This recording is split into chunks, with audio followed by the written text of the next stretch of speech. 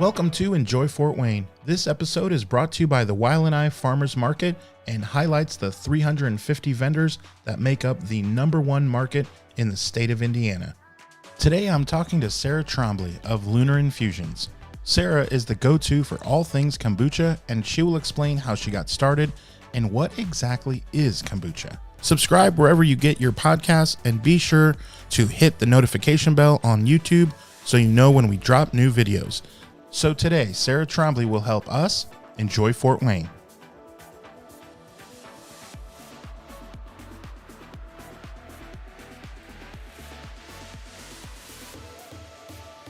My name is Sarah Trombley, and I own Lunar Infusions Kombucha. Awesome. So tell me, are you from Fort Wayne originally? I did grow up kind of in the area. I did live in Fort Wayne for a little while when I was a kid.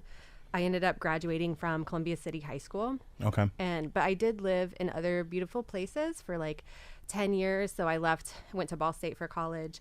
And then I didn't finish college, but I lived in Muncie for a couple years. And then I moved to Asheville, North Carolina for a couple years. And then from there, I got a job in Alaska, of all places, in Denali National Park. And I stayed the summer there. And then from there, I just sort of traveled and lived in other really cool places. So what were you passionate about back then that led you to some of those? I mean, Alaska, that's not something you hear every day. So what led you there? What were you passionate about? The outdoors, nature, having new experiences. I really just wanted to see before I settled down in a career or like buying a house and like doing all that stuff in my early 20s. I just kind of wanted to explore and travel. So I did a lot of work in the national parks. So I did Yosemite for a couple summers, Denali for a couple summers, Death Valley, Joshua Tree. And then a lot of traveling in between, and just the experience of being sort of free, like no mortgage, no kids, just, hiking, backpacking, camping, rock climbing, doing some fun stuff, which I don't regret at all at this point. Yeah, I wouldn't think so.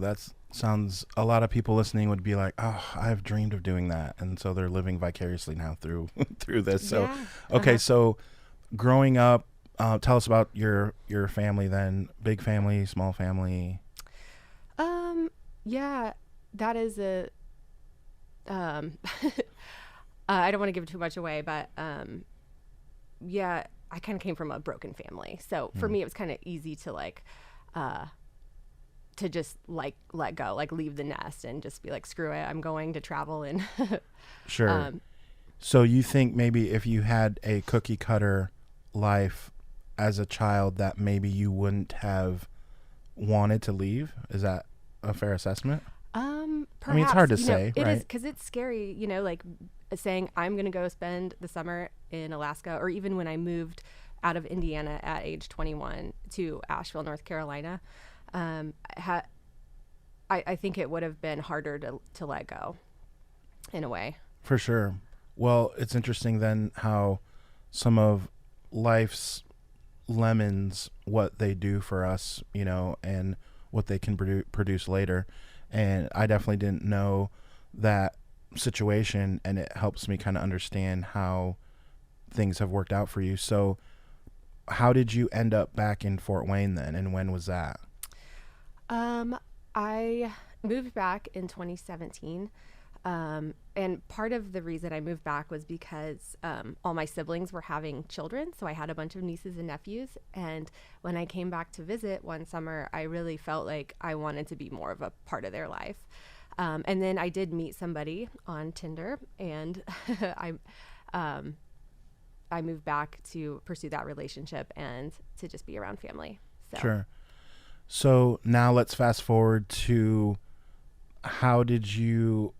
Tell us about tell us the story of how you got your company, how you got started, how the first idea was.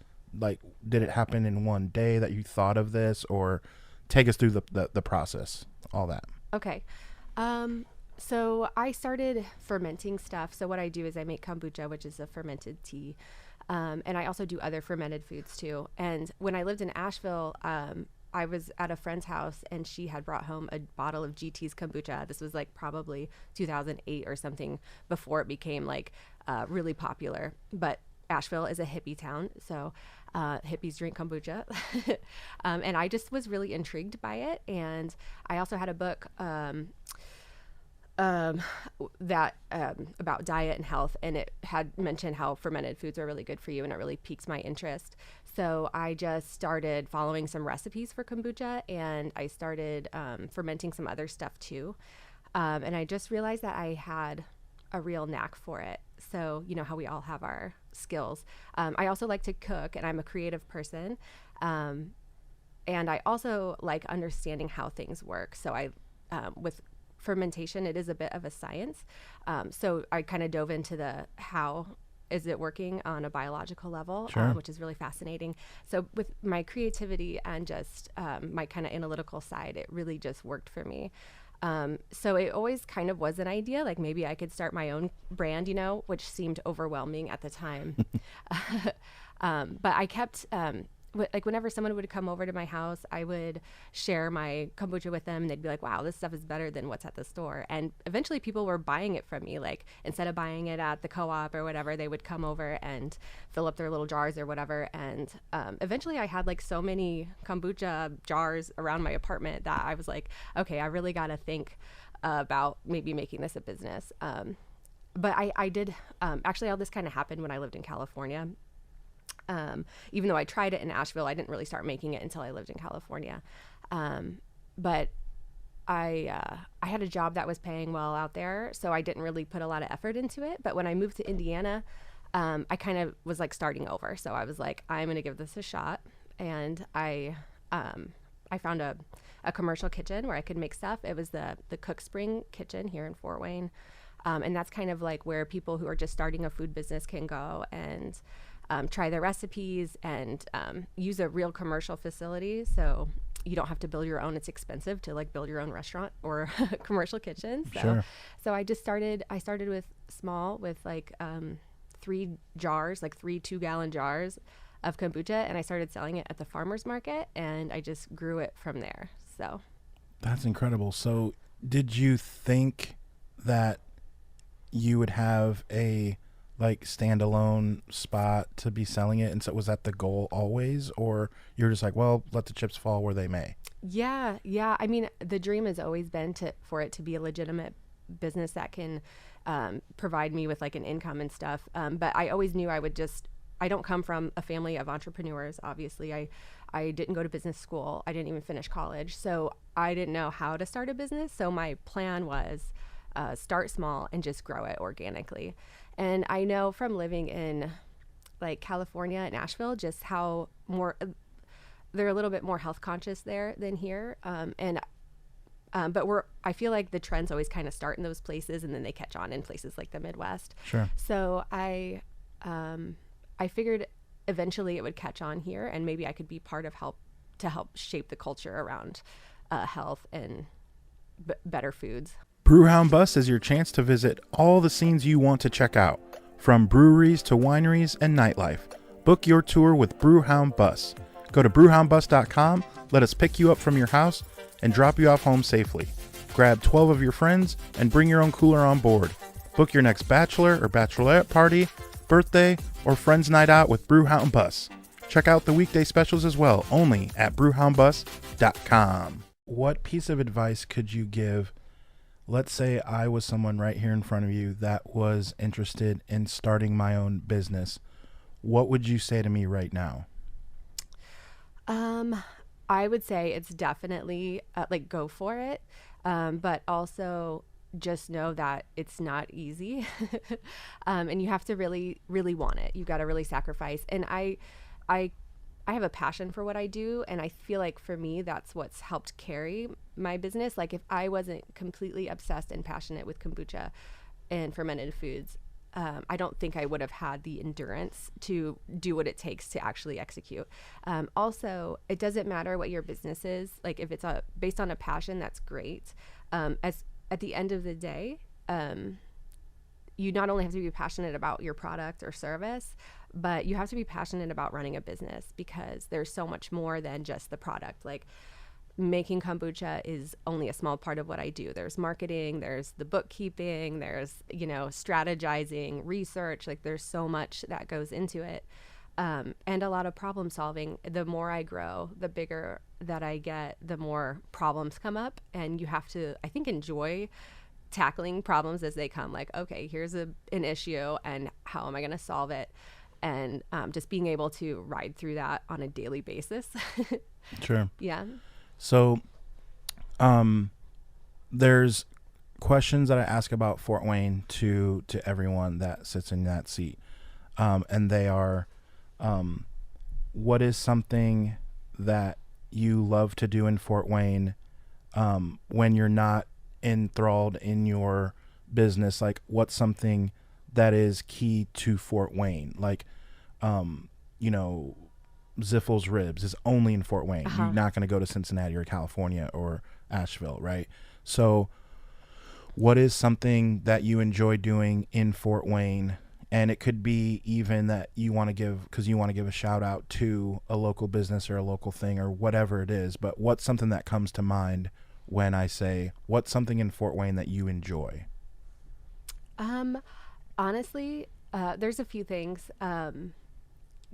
The farmers markets in Fort Wayne. I've always been a big farmers market connoisseur, I guess. Any new town I go to or visit, like I want to check out their market. And with what you're passionate about, that really makes sense, right? I mean, right. You want to see what else is out there for the people that share the same passion as you. Yeah. And also, like, it's just such a great hub for small businesses and local farmers. So if you want to meet the person who's growing your meat or your vegetables, is kind of cool. Yeah. And a lot of times you can go to these people's farms and so it was interesting. My whole life I've always been a farmer's market shopper, and now I've been at the farmer's market going into my 6th season. So I now am friends with all the vendors. But even if I was never a farmer's market vendor, our farmer's market in Fort Wayne is awesome. All the markets I've been to, it really holds its own. I mean, and we do have a couple. Like there's the one in the summer at Bar Street, and then there's the other one at McCulloch Park, and then they have different indoor locations. They're both great markets. I've been a part of both of them, but it's just the amount of quality vendors is phenomenal. And we have great food producers growing organic food, or at least have really good farming practices. And I'm just really proud of this area for the people who are doing really great things and providing good food in the region and good products in general. So there's so many great businesses there. And surprisingly, I'm a big outdoor enthusiast. I love hiking and all that. And there are some really great nature preserves. If you go to the Acres Land Trust website, you can see all the nature preserves. And there is some magic here. We've even got some waterfalls and stuff, which a lot of people don't know about. Right. You don't think that when you think of our area. Yeah. For sure. Okay, what is one thing that moving forward as you are now in Fort Wayne, you're a Fort Waynian now, for real. What is one thing that you would say moving forward that we have to keep an eye on that, is either not necessarily a negative, but what's something that we better be careful, we don't want to do that, or does something come to mind that we need to improve on, or a growing point, or is there anything that you see now that you've been here, one thing about Fort Wayne that bothers me is so-and-so, anything in general? Mm-hmm. Well, after living in so many different places, I definitely have an opinion on this. But I will say that Fort Wayne is changing. The whole culture is starting to change and shift, and it's really cool. When I came here to visit my family, I think 15 years ago, I remember walking downtown Fort Wayne on a Friday evening in the summertime, and there was trash blowing around. It was a ghost town. And I was there's all these rivers here. This has potential to be a cool city, and there is nothing going on. So fast forward to now, totally different place. And it's growing and it's changing, and but we still have a ways to go. And I would say, especially with the health conscious aspect, it's nice when everyone in your area kind of or when more people in your area kind of share the same values. And the sad truth is, so much of this area People are sick. They have chronic health issues. They don't have energy, like diabetes, and people just age faster out here. And it's a direct result, in my opinion, of our diet and just the toxicity. No around question. Here. There's nothing to do here is the like always the shtick about the Midwest, and so people just eat. Yeah. And they don't worry about what they eat either, right? It's Yeah. kind of the thing. So I totally get that, and that makes sense. Again, with what you're passionate about, I totally get that. Yeah. Now, then, speaking to the opposite of that, you said a little bit as far as 15 years ago what it was and what it is now. But now let's talk more of the positive. Like, what is something that you are just on fire over and that you're proud to call someone in California or call someone in Asheville and say, guess what? Fort Wayne is blah, blah, blah. Whatever. Like, what is something that you're excited about moving forward? Yeah, I guess it goes along with that change that I've seen.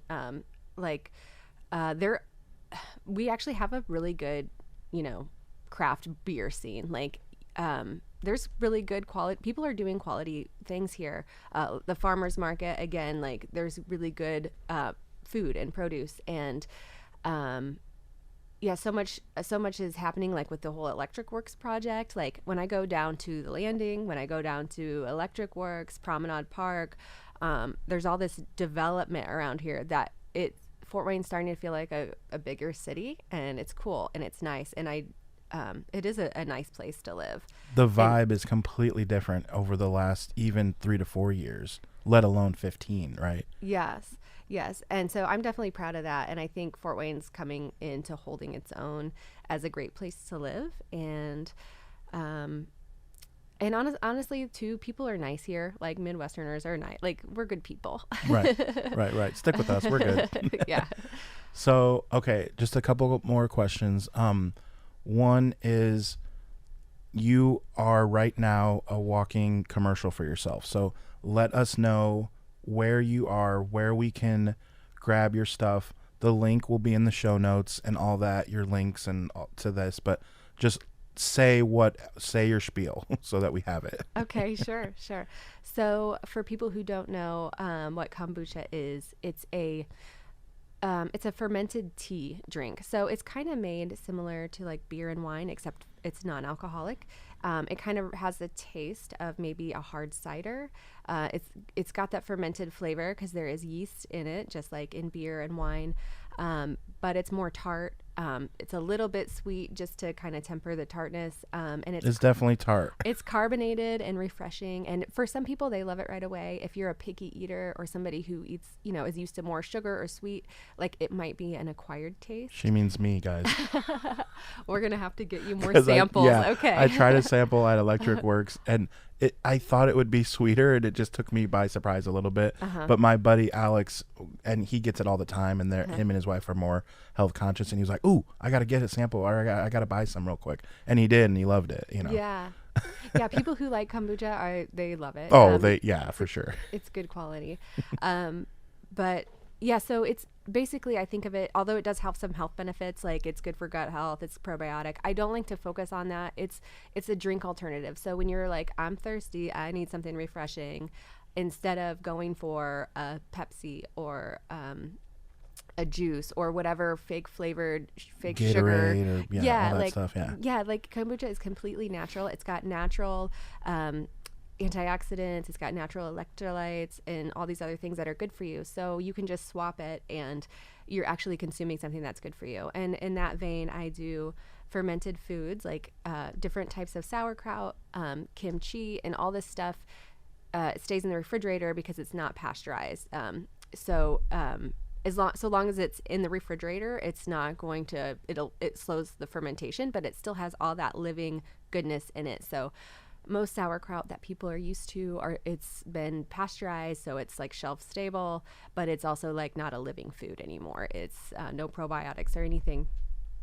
So I do that, and I also do some herbal remedies. So I'm doing like concentrated herbal extracts that you can even add to your kombucha or another drink, or just take as needed. Like we do a sleep aid. I do like a brain tonic, kava, which is really cool. So that said, I have all those products at my brewery in South Whitley, where I make everything. So I produce everything there. And we are open to the public on the weekends, Friday, Saturday, Sunday. And then the new kombucha and wellness bar that I just opened up at Electric Works. So inside the Union Street Market. And I have been there. It's awesome. Yes. Yeah, it's such a fun atmosphere. And I do have my kombucha on tap at a few places, like Davy's Delicious Bagels. Okay, cool. Josh's Jungle, which is in Huntertown, Conjure Coffee, and some other places too. So Awesome. Okay, that's great. So last question is always a fun one. And I never, ever tell people ahead of time, ever, because I want you to take your time and think, because I'll edit, so don't worry. Okay. If you could rent a big enough billboard for the entire city to see atop the AEP building or what have you, and everyone could see it, and it was one message, what would it say? Interesting question. I might get a little off topic here and say, love yourself, because along with so many people not having good physical health, a lot of people are struggling with mental health. And that's another passion of mine that I definitely want to raise awareness with. And I think it is collectively, like in the collective conscious, like more and more people are starting to realize the importance of like going to see a therapist, healing your trauma and all that. And, you know, if I just wanted everyone to see a message, I would be to love yourself. It might sound kind of, I don't know, cliche, but it's freaking true. It all starts there. I think, you know, you can work on eating the right foods all you want, but if you're not healing on the inside, you know, you're not ever going to heal from anything else. So That is perfect. No, I love asking that question, because you just get all kinds of different answers. So yeah. This podcast is brought to you by Coraggio Media. The show is edited by me and sponsored by the YLNI Farmers Market. Follow them on Facebook and Instagram for all the latest updates. We will see you next week, where we will be sure to show you how you can enjoy Fort Wayne.